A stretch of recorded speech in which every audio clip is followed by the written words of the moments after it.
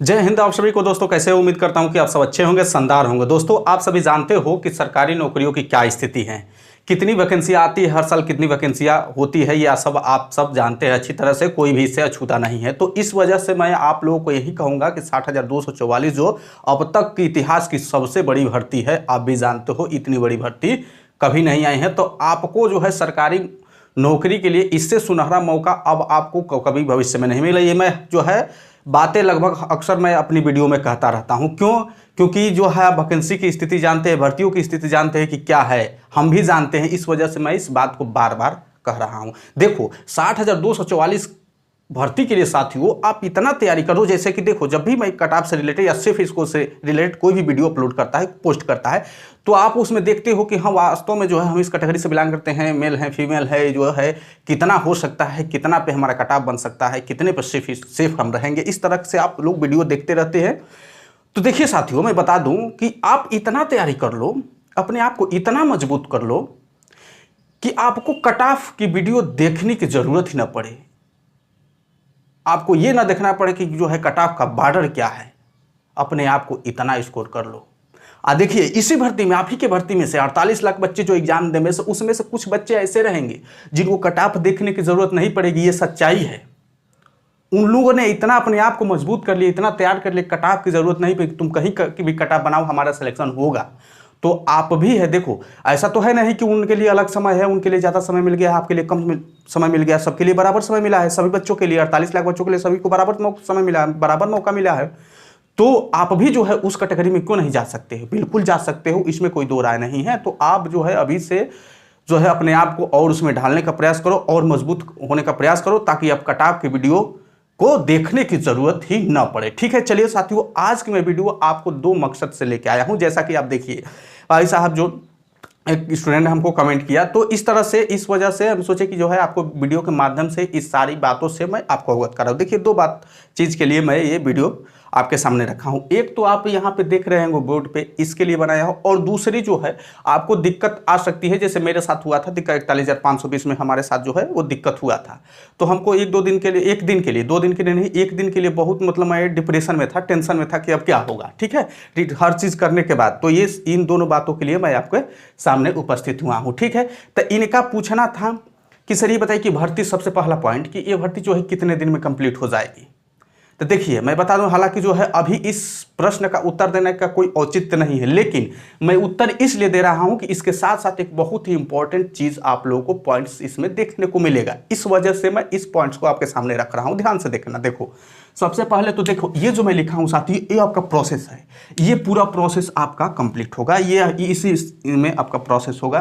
पहले ये होगा, उसके बाद रिजल्ट आएगा, DVPST running, final result, medical training, यही आपका है स्टेज। ठीक है ना, इसी स्टेज में आपकी भर्ती प्रक्रिया पूरी होगी। अब देखिए यहाँ पे सबसे पहला आपका रिटन टेस्ट है, रिटन एग्जाम है। रिटन एग्जाम जो है निकालेंगे, तो उसके बाद आपका जो है इधर आगे का प्रोसेस होगा। देखिए साथियों, मैं बता दूं कि इसमें कितने हैं, 1 2 3 4 5 6 7 स्टेज है ना। अब इस 7 स्टेज में बता दूं कि सबसे जो इंपॉर्टेंट है, सबसे जो जरूरी है, वो है आपका रिटन एग्जाम। रिटन एग्जाम निकल जाएगा तो ये जो बाकी के इधर आपके 6 हैं, ये जो है ऑटोमेटिक आपका समझ लो कि क्लियर हो गया। यहाँ पे आपका मेन दिक्कत रिटन एग्जाम करता है। रिटन एग्जाम जिसने निकाल लिया, उसका ये सारे जो है स्टेज क्लियर हो जाएंगे। ठीक है, अब देखो ध्यान से, ये आपका रिटन एग्जाम हो गया। अब देखो रिटन एग्जाम जैसे हो गया, मान लेते हैं कि रिटन एग्जाम आपका 10 जुलाई को हो गया, मान के चलो 10 जुलाई का आपका रिटन एग्जाम हो गया। ध्यान सुनो, 10 जुलाई को आपका रिटन एग्जाम हो गया, तो भाई अब रिजल्ट जो है ये कितने दिन बाद आएगा? रिजल्ट कितने दिन बाद आएगा? फिजिकल के लिए, रनिंग के लिए, DV डॉक्यूमेंट वेरिफिकेशन के लिए आएगा ना।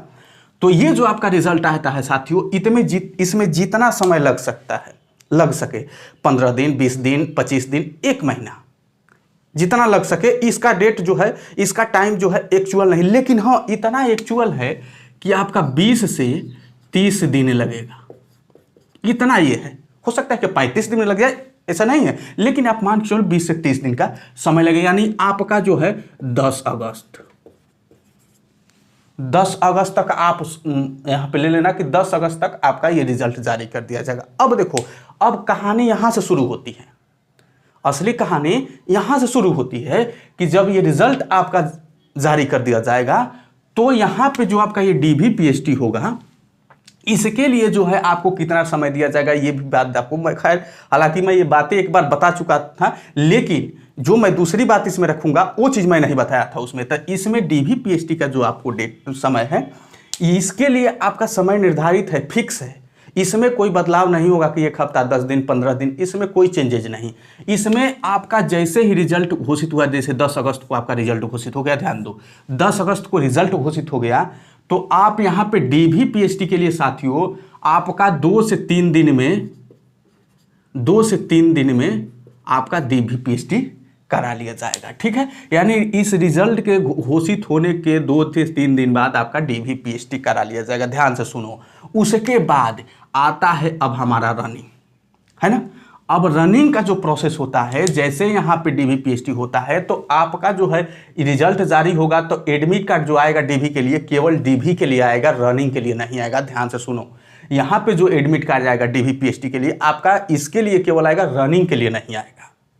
उसके बाद जैसे ही आपका डीवी पीएचडी होगा तो आपका डॉक्यूमेंट सब चीज़ सबमिट होगा, वो जाएगा लखनऊ, वहाँ से फिर आपका रनिंग के लिए एडमिट कार्ड जारी किया जाएगा। अब देखो यहाँ पे जैसे ही आपका काम होगा तो इसके अगले दिन, ध्यान सुनो, इसके अगले दिन या फिर 2 दिन, यानी एक या 2 दिन में, ठीक है, आपका जो है रनिंग करा लीजिएगा। यानी आपका जिस दिन डीवी हुआ, डॉक्यूमेंट वेरिफिकेशन हुआ, उसके अगले दिन आपका रनिंग करा लिया जाएगा या फिर उसके 1 दिन बाद और रनिंग करा लिया जाएगा। उसके लिए आपका फिर से एडमिट कार्ड आएगा, ठीक है। ये पहले बातें जान लो, ये क्लियर हो गया तो इसमें कहीं समय नहीं लगा। उसके बाद साथियों फिर जैसे ही आपका रनिंग क्लियर हो गया, ये सब बातें डीवी पीएचडी रनिंग वगैरह सब क्लियर हो गया, तो आपका यहाँ पे फाइनल रिजल्ट जारी किया जाएगा। ये भी मत सोचना कि इसके बाद मेडिकल वगैरह ये सब कुछ नहीं होगा, फाइनल रिजल्ट जारी किया जाएगा। कितने बच्चों का? 60,244 बच्चों का। ऐसा नहीं है कि यहाँ पे जो रिजल्ट, भाई फाइनल रिजल्ट का मतलब क्या, जितनी वैकेंसी होगी उतने ना। तो ये मत सोचना कि मेडिकल नहीं हुआ है तो जो है तब तो यार ज़्यादा रिजल्ट जारी होगा तो ज़्यादा बच्चों का होगा, नहीं, 60,244 बच्चों का ही मात्र जो है यहाँ पे रिजल्ट जारी होगा। अब यहाँ पे जब रिजल्ट जारी हो गया तो समझ लो कि सभी बच्चे वो भर्ती हो गए, अब कुछ नहीं। उसके बाद यहाँ पे मैं बताया था कि ट्रेनिंग में 2 भागों में होगा, तो जितने भागों का 30,000 और 30,000 जाएगा तो ये 30,000 का यहाँ पे मेडिकल कराया जाएगा। 30,000 का मेडिकल करा के ट्रेनिंग पे भेज दिया जाएगा। ये प्रोसेस चलेगा। अब मेडिकल इसमें कराया जाएगा तो कुछ बच्चे जो भाई अनक्वालिफाइड होंगे, डिसक्वालीफाई होंगे, तो डिसक्वालीफाई होंगे, कुछ बच्चे तो हटा दिया जाएगा। ऐसा नहीं है कि जो है पिछली फिर मेरिट घटा के दूसरे बच्चों को बुला ले जाएगा, ऐसा नहीं होगा। मान लीजिए 60,244 है, मेडिकल में मान लेते हैं कि 10,000 बच्चे, 10,000 तो नहीं फेल होते हैं, 4,000 5,000 के मान लो कि आसपास जो है फेल हो गए बच्चे, तो मान लेते हैं 5,000 फेल हो गए तो आपका 55,244 जो है केवल सिलेक्ट हुआ, भर्ती जो है 60,244 है। तो ऐसा नहीं है कि फिर यहाँ पे मेरिट डाउन करके बच्चों को बुला लिया जाएगा, नहीं होगा। यहाँ पे मेरिट डाउन करके 5,000 बच्चों को फिर बुलाया जाएगा, ऐसा नहीं होगा, ये मत सोचना। अब जो है ट्रेनिंग इतने ही बच्चों को कंप्लीट करा ली जाएगी। क्लियर, ये बात हो गई। अब देखो ध्यान से सुनो, ये बात हो गई। अब दूसरा जो सबसे इंपॉर्टेंट है, ध्यान से सुनो, जब साथियों आपका रिजल्ट जारी किया जाएगा तो यहाँ पे आपको डीवी पीएचडी में क्या दिक्कत हो सकती है, तो डीवी पीएचडी में साथियों आपका फिंगरप्रिंट में दिक्कत आ सकती है, ठीक है। फिंगरप्रिंट में कभी कभी मैच नहीं करता है, डिसमैच हो जाता है। बहुत से बच्चों का ऐसा हुआ था हम लोग की वैकेंसी में, और आपको भी देखने को मिल सकता है। तो फिंगरप्रिंट में आपका मिसमैच हो सकता है। तो जब यहाँ पे मिसमैच होगा तो आपको लखनऊ बुलाया जाएगा, ठीक है।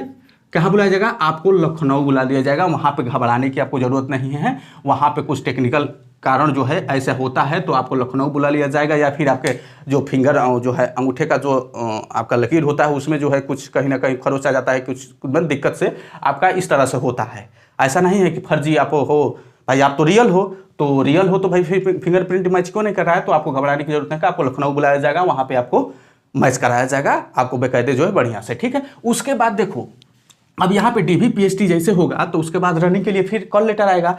तो क्या होता है कि बहुत से बच्चों का डीवी पीएचडी हुआ, जैसे मान लेते हैं कि यहाँ पे 100 लड़कों का हुआ, कुछ बच्चों का इसमें से 2 बच्चों का क्या हुआ कि रनिंग के लिए एडमिट कार्ड ही नहीं है। तो रनिंग के लिए एडमिट कार्ड ही नहीं आया तो भाई आप दौड़ोगे, आपके साथ के सारे बच्चे जो है दौड़ लेंगे, आप जो आपका रनिंग ही नहीं होगा, आपका टीवी पीएचडी भी आप पास हो गए, अब रनिंग भाई हमको करना है तो होगा नहीं। तो यहाँ भी आपको घबराने की जरूरत नहीं है, आप सीधा लखनऊ कंडक्टर भर्ती बोर्ड जो है कांटेक्ट करेंगे, वहां पे कांटेक्ट नहीं, आप सीधा चले जाना भर्ती बोर्ड, वहां पे जाके बताना कि सर ऐसी ऐसी बात है, पूरा अपना दस्तावेज हर चीज जो डॉक्यूमेंट होगा सब लेके जाना कि ऐसी ऐसी बात है सर, हमारा डीवी पीएचडी रिजल्ट में नाम है, डीवी पीएचडी हुआ लेकिन रनिंग के लिए कॉल लेटर नहीं आया, ये सब बातें अपने वहां पे रखना, आपका पूरा चेकअप करके आपका जो है जो सही होगा आपके सामने कर देंगे, ठीक है, ला देंगे, ठीक है। तो इस बातों से भी आपको घबराने की जरूरत नहीं है, ठीक है। तो ये बातें इंपॉर्टेंट है साथियों, रनिंग और डीवी पीएचडी में जो आपको दिक्कत होगी। अब देखिए इसमें क्या हुआ था हमारा जो है 41,520 में कि हमारा जो क्या हुआ था डीवी पीएचडी हुआ, रनिंग के लिए कॉल ही लेटर नहीं आया, मेरा खुद नहीं आया, उसके जैसे जिस दिन डीवी पीएचडी हुआ उसके अगले दिन सभी बच्चों का जो है रनिंग हो गया, मैं अकेला रह गया कि मेरा रनिंग नहीं हुआ। अब सोचो कि हमारे ऊपर क्या बीत रही होगी। मैंने जो है सेंटर से लौट के घर चला गया, घर जाके मायूस बैठा था कि यार अब क्या होगा मेरा।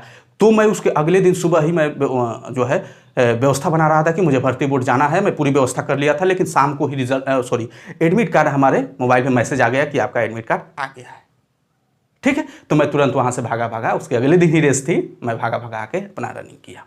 तो ये बात है, आपको घबराने की कहीं जरूरत नहीं है। आपको कोई भी दिक्कत आती है, आप सही हो तो आप सीधा भर्ती बोर्ड जाना, अपनी समस्याओं को उनके सामने रखना, बहुत आराम से जो समस्या होगी आप बहुत आराम से वो समाधान करें, इसमें कोई दिक्कत नहीं है कि 100% ये फैक्ट है साथियों, ठीक है। तो ये रहा दोस्तों जो है बहुत ही इंपॉर्टेंट आप सबको लिए 60,244 भर्ती के लिए। तो उम्मीद करते हैं कि आप सबको ये इंफॉर्मेशन वास्तव में अच्छी लगी हो, तो एक लाइक और शेयर जरूर कर देना, ठीक है। चलिए मिलते हैं अगली वीडियो।